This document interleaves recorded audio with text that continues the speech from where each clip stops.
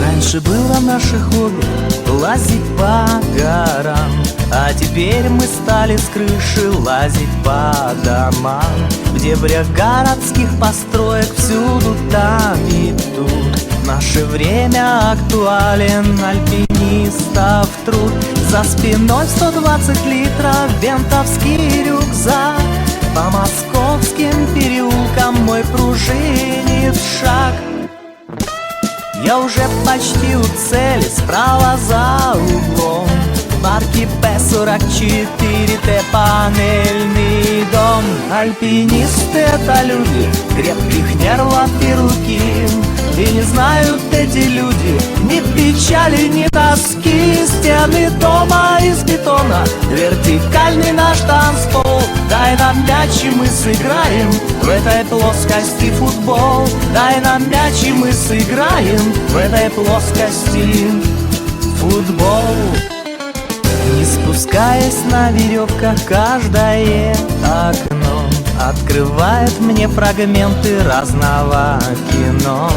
На 10-м мелодрама, мир и тишина, на 9-м бьют посуду, там идет война. На 8-м увидел чей-то неприкрытый срам, на 7-м с утра пораньше пьют по пару грамм. Надоели эти фильмы мне давно уже, ведь окно как телевизор в каждом этаже.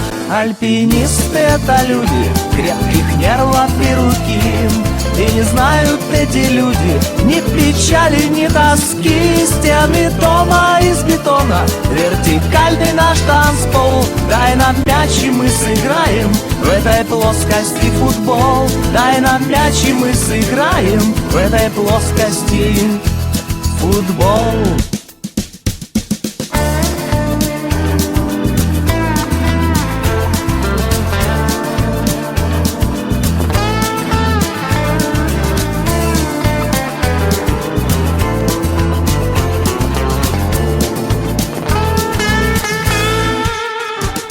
Я как-то на заказе пару дней назад, и в одном окне увидел чудные глаза.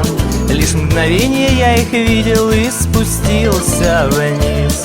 Третий сверху, и я запомнил у нее карниз. Мне теперь без этих глаз ни жить, ни есть, ни спать. Я так многое девчонке должен то и сказать.